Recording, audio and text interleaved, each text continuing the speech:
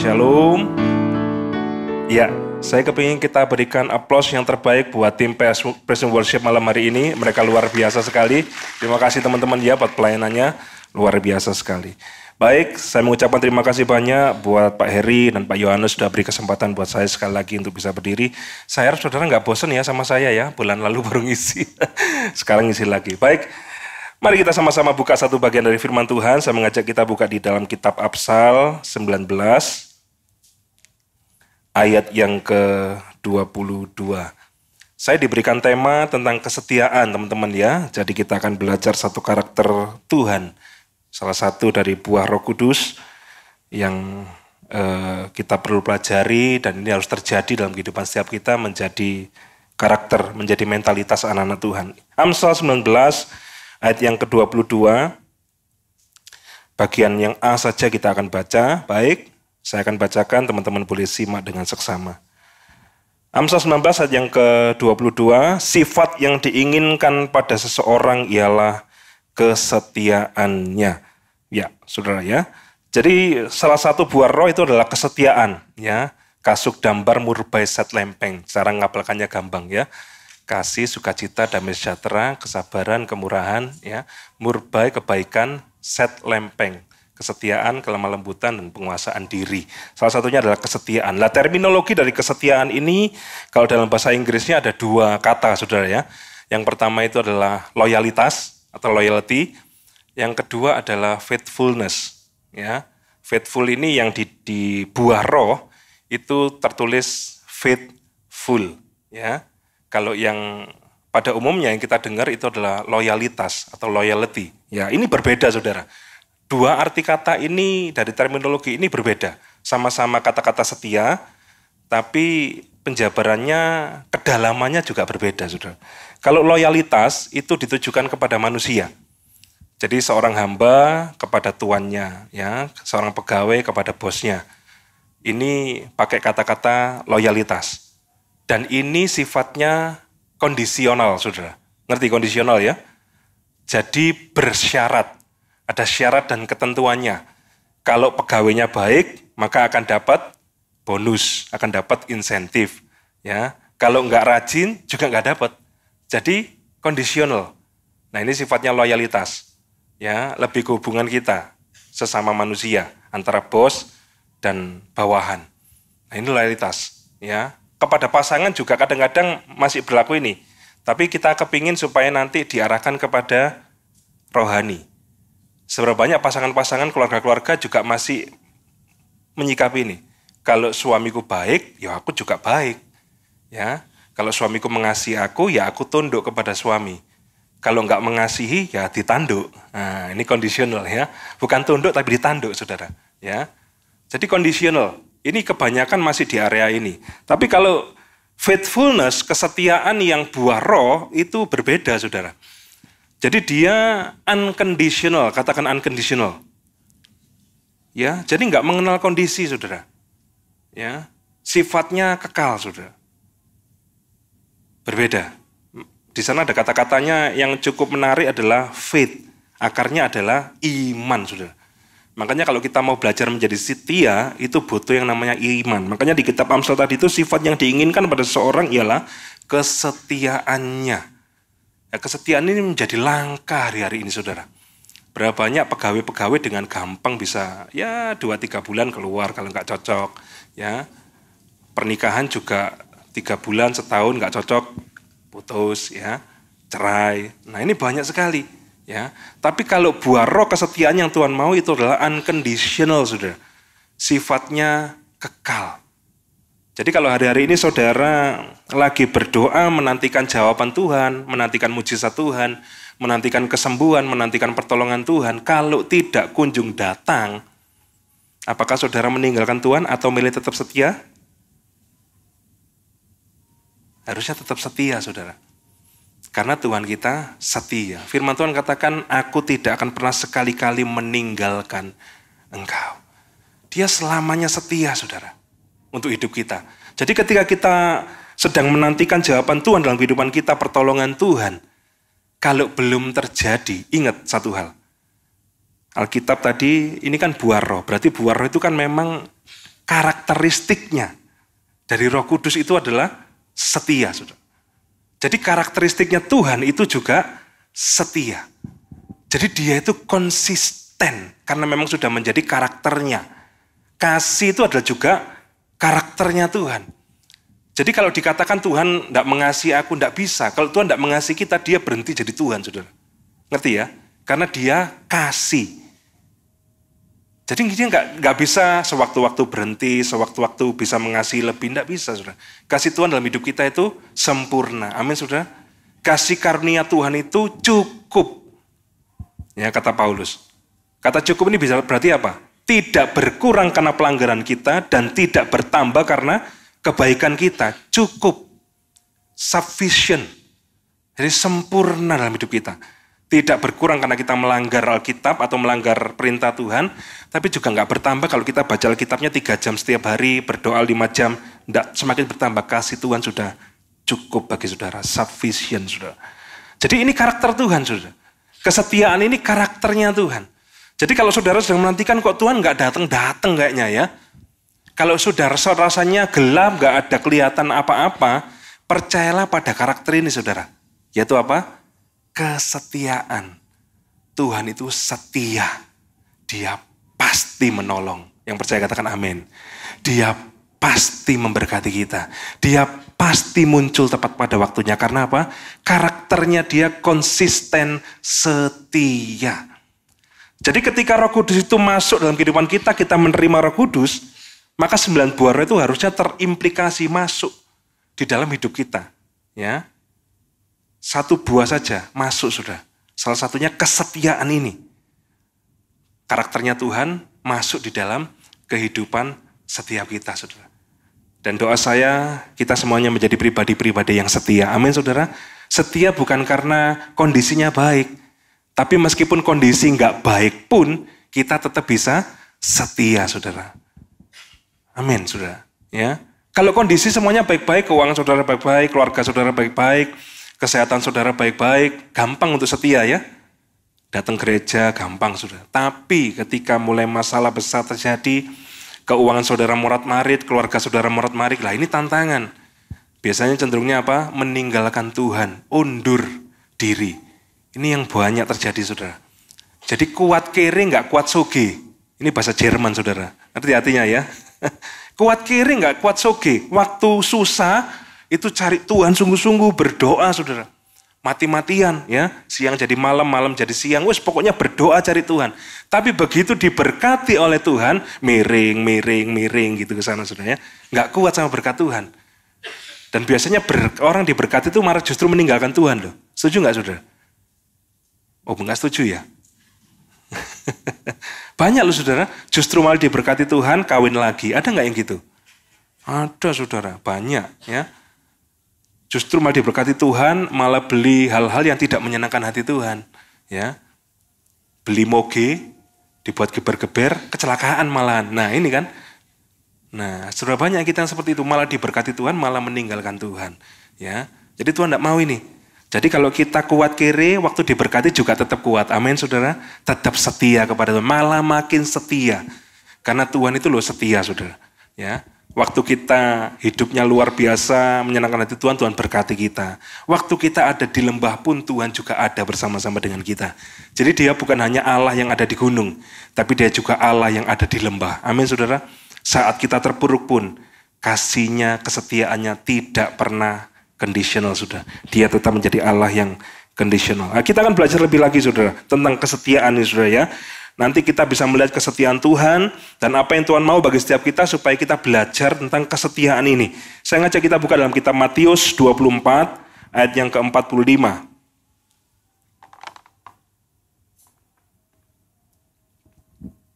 Matius 24 ayat yang ke-45. Perumpamaan tentang hamba yang setia dan hamba yang jahat. Siapakah hamba yang setia dan bijaksana yang diangkat oleh tuannya atas orang-orangnya untuk memberikan mereka makanan pada waktunya? Tanda tanya, saudara ya. Berbahagialah hamba yang didapati tuannya melakukan tugasnya itu ketika tuannya itu datang. Aku berkata kepadamu, sesungguhnya tuannya itu akan mengangkat dia menjadi pengawas segala isinya. Ya, jadi hamba yang setia itu hamba yang seperti apa? Di sini dikatakan yang melakukan tugasnya, saudara. Saudara, dalam kehidupan kita, semakin kita lama mengikut Tuhan, semakin sering kita ini bertumbuh kerohaniannya. Ya, sebenarnya yang paling berat itu adalah sudah nggak lagi tentang melakukan dosa atau tidak melakukan dosa, saudara. Kedewasaan rohani itu bukan lagi tentang dosa atau nggak dosa, saudara. Tapi waktu kita bertumbuh itu adalah melakukan kehendak Tuhan atau kehendak pribadi, saudara. Jadi ketika Kristenan bertumbuh ini berhentilah untuk berpikir ini dosa enggak ya atau enggak dosa. Ini sudah enggak di level itu lagi, saudara. Tapi apakah melakukan kehendak Bapa atau enggak? Atau kehendakku yang sendiri yang harus terjadi. Karena batasannya kita dengan iblis tipis, saudara. Ya, iblis itu tahu firman Tuhan, lebih hafal daripada kita mungkin ya. Karena usianya ribuan tahun, saudara. Ya, ngomong sama Tuhan Yesus aja pakai firman waktu di padang gurun ya. Lebih tahu firman. Ya, iblis itu lebih kenal siapa Yesus. Pernah ketemu mungkin, pernah ketemu Allah Bapa waktu di kisahnya Ayub, saudara ya, masuk surga. Kita belum pernah masuk surga. Jadi kalau sama iblis mestinya kita kalah, saudara, pengenalannya kepada Tuhan. Tapi yang bikin kita beda sama iblis apa?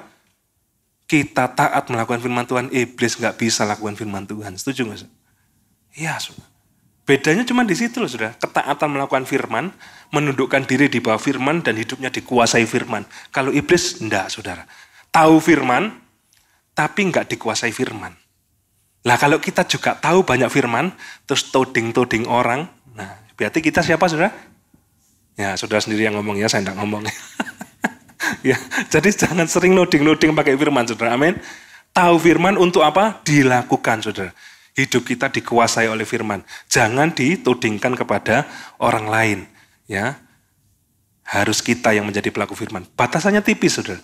Makanya ayo saya mendorong kita menjadi pelaku-pelaku firman. Ya, orang-orang yang melakukan tugasnya, melakukan kehendak Bapa. Dan orang-orang yang masuk surga adalah orang-orang yang melakukan kehendak Bapa, saudara. Ya, melakukan firman Tuhan ini. Kalau saudara cuma datang setiap Sabtu di Bipro, ya, duduk di sini manas-manasi bangku gereja dan tidak melakukan kehendak Tuhan, mohon maaf, saudara, keselamatan saudara dipertanyakan, saudara. Ya, kalau kita Kristen sejati benar-benar mengenal Tuhan, ya, kehidupan kita akan berbuah. Amin, saudara.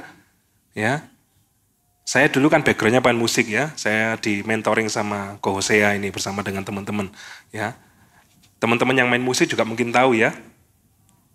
Alat musik yang bagus sekali, gitar yang bagus, mungkin ya bass yang bagus, instrumen yang bagus, ya. Tapi kalau nggak dicolok, keluar nggak bunyinya? Nggak jadi apa-apa, saudara. Ngerti maksudnya, saudara ya? Dicolok pakai kabel jack itu, saudara. Kalau nggak dicolok ya nggak bunyi, saudara. Nggak bisa keluar. Mau harganya 80 juta, tadi saya sempat search ya.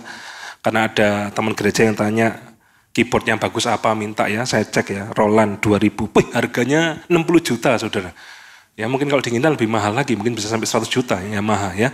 Harganya mahal sekali. Tapi kalau nggak dicolok, nggak bunyi, saudara. Meskipun 80 juta, meskipun 200 juta, meskipun 1,3 miliar, tapi kalau nggak dicolok, selesai, saudara. Nggak bunyi. Bicara apa ini, saudara? Hidup saudara kalau nggak dicolok sama Tuhan, nggak dicolok sama Roh Kudus, nggak jadi apa-apa, saudara. Amin. Makanya kita perlu kedekatan dengan Tuhan. Supaya apa? Setrumnya itu ngalir, saudara. Sebagus apapun saudara di atas mimbar ini, tapi kalau nggak ada Roh Kudus menginfiltrasi hidup saudara, nggak ada inspirasi dari Roh Kudus, garing, katakan garing. Garing, saudara. Ya, tapi kalau kita dicolok oleh Roh Kudus, ada aliran kuasa mengalir melalui kehidupan kita. Meskipun hidup kita biasa, tapi kalau yang main maestronya, saudara. Pernah ya, tahu ya, ada gitar yang bocel-bocel ya, gitar-gitar yang maestro, yang vendor-vendor yang luar biasa itu bocel-bocel, tapi harganya bisa seratusan, bisa miliaran, saudara. Karena yang main maestro Jimi Hendrix yang main. Wah, legend. Nah hidup kita mungkin biasa-biasa saja. Hidup kita mungkin dikategorikan dunia orang bodoh.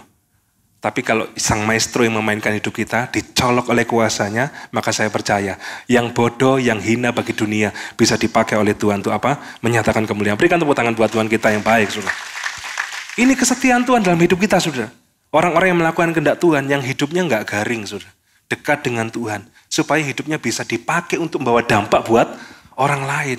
Tidak sembarangan hidup, saudara. Ya, saya senang diberkati sekali dengan Precision Worship-nya. Saya lihat perkembangan yang luar biasa. Teruskan teman-teman PAW, ya. Saya yakin mereka sudah latihan, ya, makanya penampilannya berbeda. Ya, saya percaya apa yang kita sudah persiapkan itu menyenangkan hati Tuhan. Amin. Dan orang-orang yang menyenangkan hati Tuhan hidupnya pasti diberikan upah satu kali lagi, ya. Teruskan lakukan yang terbaik untuk kemuliaan nama Tuhan. Oke, kita lanjutkan sekali lagi, saudara, ya. Saya ngajak kita buka di dalam Matius 25 ayat yang ke-21. Di sana dikatakan, maka kata tuannya itu kepadanya, baik sekali perbuatanmu itu, hai hambaku yang baik dan setia. Engkau telah setia dalam perkara kecil, aku akan memberikan kepadamu tanggung jawab dalam perkara yang besar. Masuklah dan turutlah dalam kebahagiaan Tuhanmu. Semuanya dimulai dari yang kecil, saudara. Katakan kecil.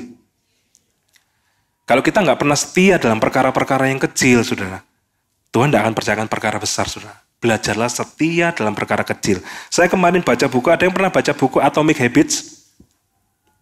Ada? Belum ada, ya? Saya rekomendasi Anda baca buku itu, saudara. Atomic Habits, harganya murah, 200 ribuan. Tapi powerful bukunya, saudara.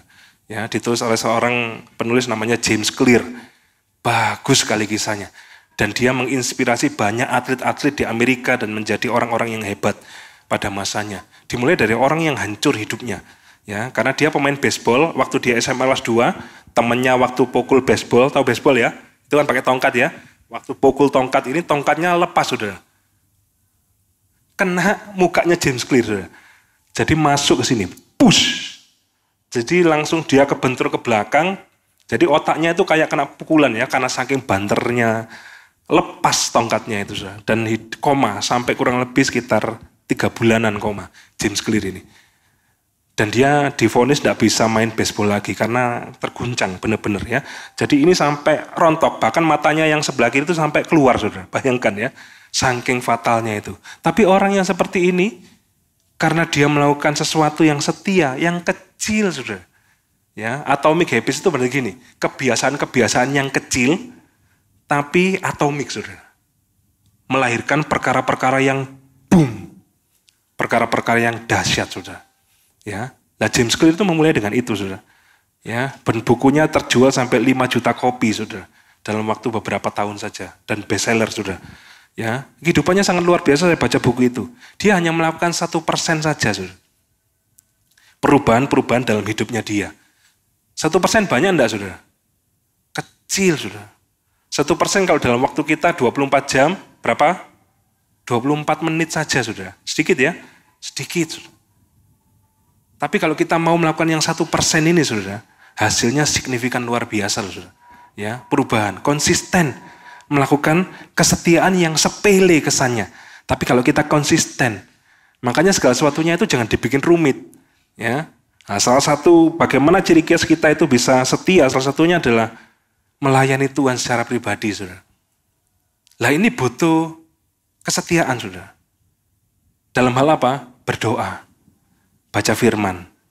Bisa nggak lakukan 1% aja dari waktumu selama 24 jam untuk saat teduh dan baca firman. Bisa enggak, saudara? Harusnya bisa, saudara. Dibikin mudah. Ya. Dibiasakan hal-hal yang baik.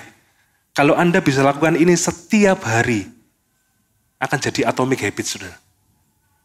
Orang-orang yang lakukan 1% improvement setiap hari dalam hidupnya dia, dalam waktu 1 tahun itu meningkat jadi 37 kali lebih powerful, saudara. Dalam waktu 1 tahun saja, loh, saudara. Ya, kalau Anda memutuskan untuk, aku tak melakukan 1%, misalkan olahraga, jalan kaki 1%, berarti berapa? 25 menit setiap hari. Loh, itu akan menyebabkan dalam 1 tahun itu terjadi signifikan perubahan, saudara. Misalkan nabung, kalau misalkan nabung sulit, ya coba nabung 10.000 setiap hari. Susah enggak, saudara? Enggak, kan? Kalau nabung di bank nanti kena bunga, Pak Anto, kepotong malahan. Ya oke, nabung di kaleng aja, ya. Atau tabungan babi, ya. Ya, masukkan 10.000 setiap hari, saudara. Belajarlah konsisten. Ya mungkin kalau sebulan, cuma 300.000. Bagaimana kalau 10 tahun, saudara? Saudara lakukan itu. Ya, kan banyak itu, ya. Yang tiba-tiba beli mobil pakai ricik semuanya. Duit receh, ya. kresek, bawa duit receh dibayar, beli mobil, saudara. Luar biasa. Karena apa? Konsisten. Jangan pernah sepelekan 1% yang kita lakukan. Perubahan, saudara. Kesetiaan. Makanya ayo, saudara. Salah satu bentuk kesetiaan kita itu melayani Tuhan. Amin, saudara. Secara pribadi, setiap hari luangkan waktu 24 menit. 24 menit itu sudah ada doa, maksudnya sudah ada pujian, sudah ada doa, plus baca firman 10 menit. Satu pasal baca.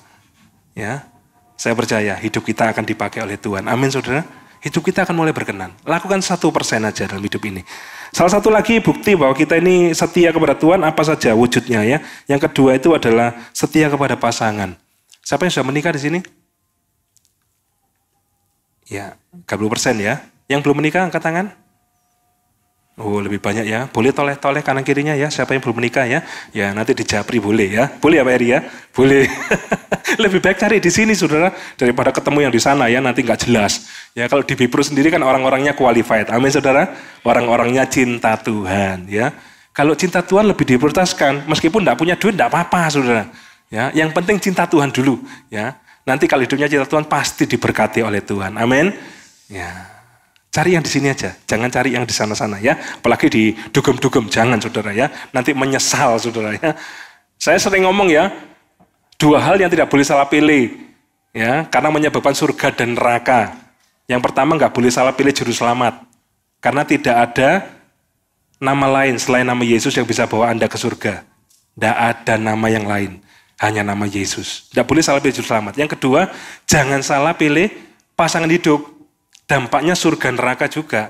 Kalau engkau salah pilih pasangan hidup, neraka di bumi, saudara. Benar ya? Piring terbang, ya, sendok terbang, keset terbang, gitu saudara ya. Bisa gegeran, saudara. Ya.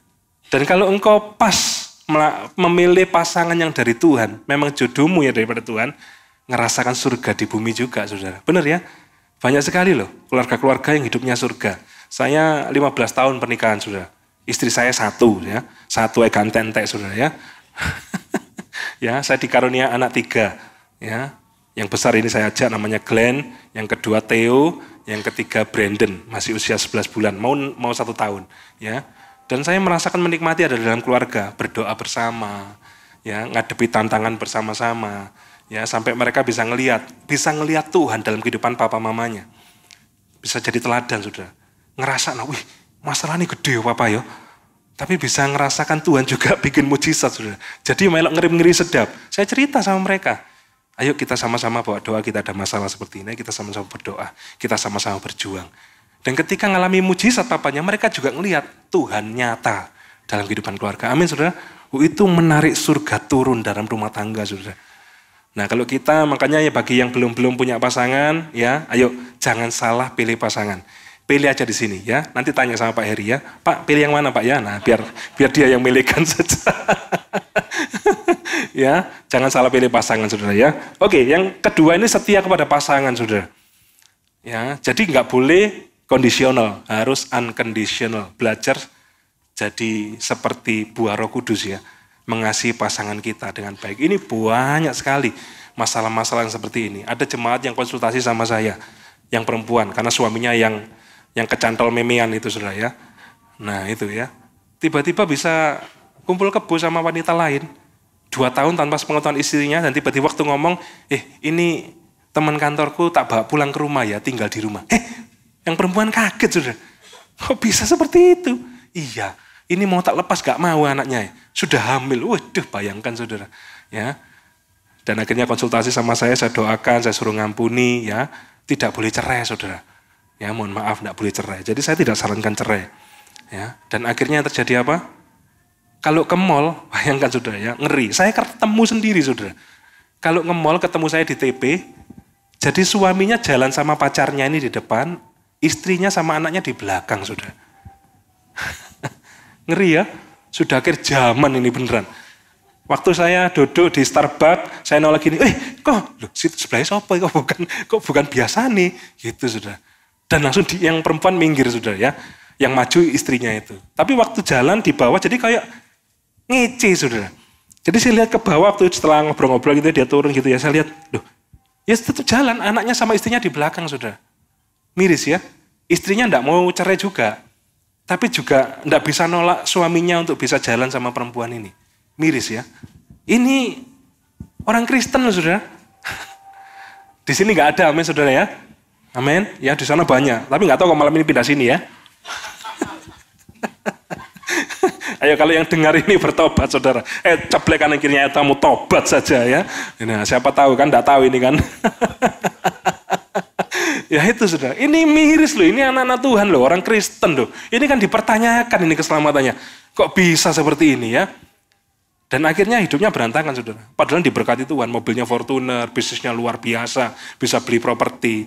Ya, tapi begitu ngalami yang satu ini dan dia nggak wise untuk bisa memutuskan, langsung habis loh.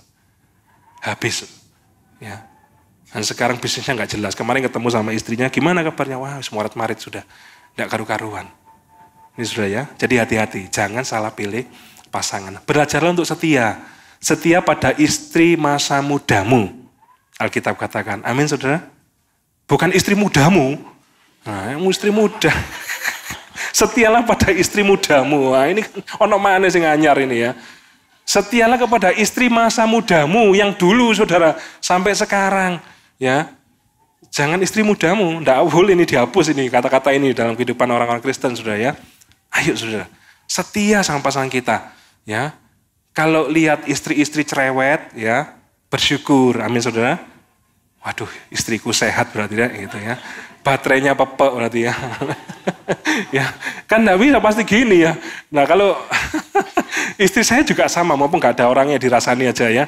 Nah itu ya, sama semua perempuan juga gitu, maaf ya. Ibu-ibu ya teman-teman ya, yang perempuan nanti saya dipulangin lewat mana Pak Anto ini, cegat moro-moro ya. Nah itu sudah ya, memang sudah kodratnya seperti itu. Ya, kalau laki-laki mungkin nggak dewasa, istri-istri juga jangan ngomel, doakan saja, amin. Biar nanti Tuhan yang tegur. Saya itu pernah satu kali berdoa, Tuhan, istriku kok gini sudah ya. Jadi kan memang suami istri mesti ada crash sudah ya. Tuhan, aku kepingin istriku berubah. Aku tak puasa Tuhan. Nah ketika saya puasa, 7 hari setelah puasa saya berdoa lagi. Tuhan yang ngomong apa saudara? Kamu yang harus berubah. Lah kok saya yang harus berubah? Maksudnya belajar sabar saudara. Ya, ngadepi istri yang suka ngomel. Ya, selalu ngelihat kelemahan suami, kurang gini, kurang gitu, kurang gini. Ya, nah saya belajar untuk apa? Diajar untuk sabar. Dan akhirnya puji Tuhan. Ya, pelan-pelan jadi sabar. Makanya jadi subur gini saudara ya. Karena sabar saudara. Nah ayo saudara, ayo yang bapak-bapak, Pak sabar ya Pak, gitu ya. Ya, supaya apa? Nanti Tuhan sendiri, kita nggak bisa rubah, suami kita nggak bisa rubah istri kita. Amin saudara. Setia saja, setia berdoa, ya, setia menasehati, ya, jangan diomeli, dimaki-maki, dibanding-bandingkan, jangan saudara. Bagi istri-istri ya, nanti bikin suaminya malah down. Kalau tambah down, tambah nggak niat kerja, malah susah semuanya nanti ya. Yang kedua, setia sama pasangan. Yang ketiga, setia kepada pekerjaan Tuhan. Nah, melayani pekerjaan Tuhan. Melayani Tuhan sama melayani pekerjaan Tuhan beda saudara ya. Jadi harus dibedakan. Nah, siapa yang sudah terlibat di dalam pelayanan FA? Coba yang sudah FA angkat tangan. Oh, kurang lebih masih 50% ya. Yang lainnya belum ber-FA ya? Yang belum ber-FA coba angkat tangan ke bawah saja sudah. Ya. Nah nanti yang belum ber-FA, tolong pengurusnya bisa lihat ya, dan bisa dijangkau supaya ber-FA. Karena salah satu ciri-ciri khasnya anak-anak Tuhan bertumbuh itu berkomunitas saudara. Amin. Nggak bisa sendirian. Di Bipro ini ada banyak FA-FA. Ada FA Ngagle, ya tahu ya. FA Ngagle, saya sempat lihat IG-nya kemarin, ada FA Ngagle. Mana FA Ngagle angkat tangan? Nah, ini Eva Ngagle. Ya, berikan tepuk tangan buat Eva Ngagle. Nah, teman-teman yang daerah rumahnya daerah sana, ayo bergabung di Eva Ngagle ya. Ayo ber-FA saudara. Ini salah satu hal yang perlu kita lakukan. Terlibat di dalam pekerjaan Tuhan. Melayani saudara. Ada yang sudah 20 tahun di gereja Betani ini saudara? Coba angkat tangan. Wah, ini sudah dengkot ini Pak ya. Luar biasa ini. Penunggunya Betani ini ya. Kalau khusus diragukan lagi sudah ya. Saya di gereja Betani itu 30 tahun sudah. Ya. Semenjak dari saya SMP kelas 2 tahun 94. 30 tahun.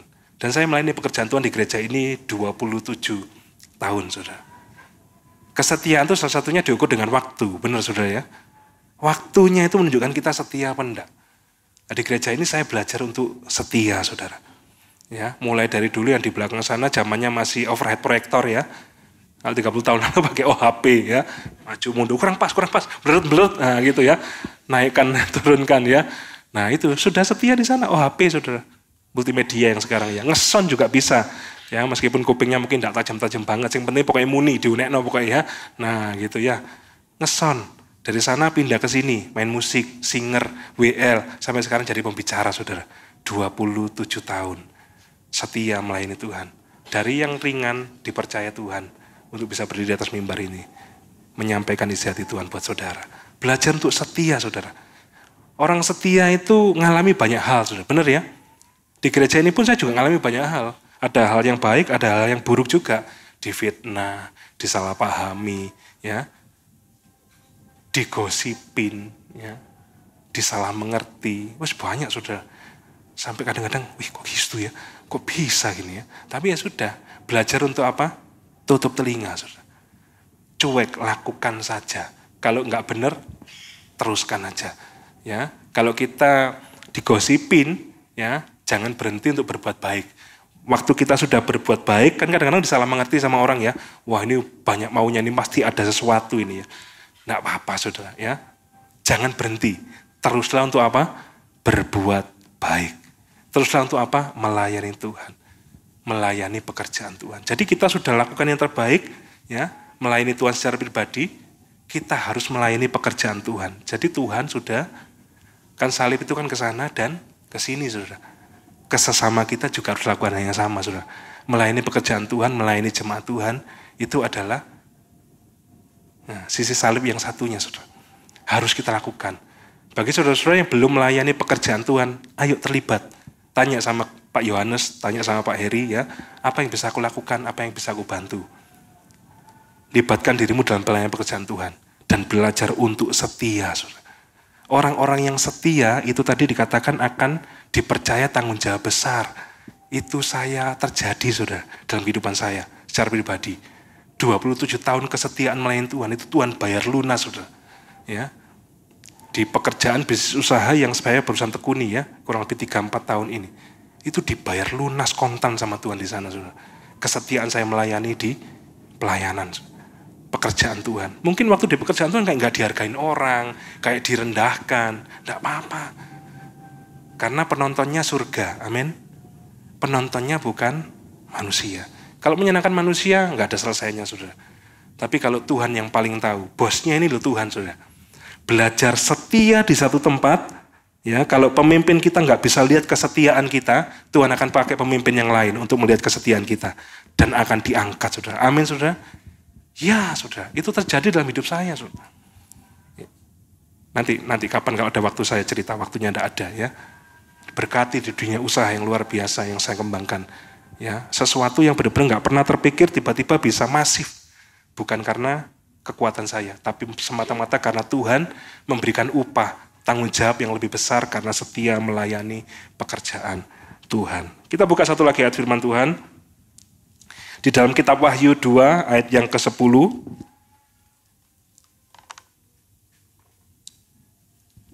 Saya mau selesai, saya minta teman-teman Presiden Worship bisa maju ke depan. Wahyu 2 ayat 10 dikatakan, jangan takut terhadap apa yang harus engkau derita. Orang yang setia tetap harus mengalami penderitaan. Karena kekristenan itu identik juga dengan salib, saudara. Tidak semuanya tentang anugerah, tentang mujizat, tentang kesembuhan, nanti jadi hyper grace.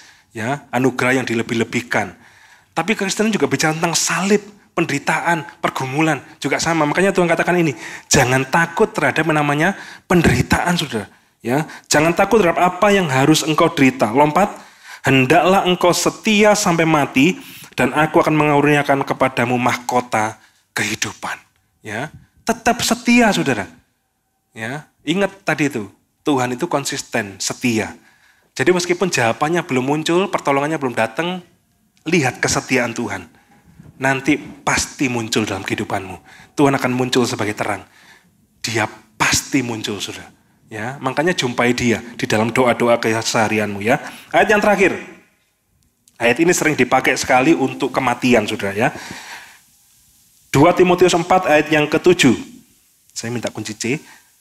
2 Timotius 4 ayat yang ke-7.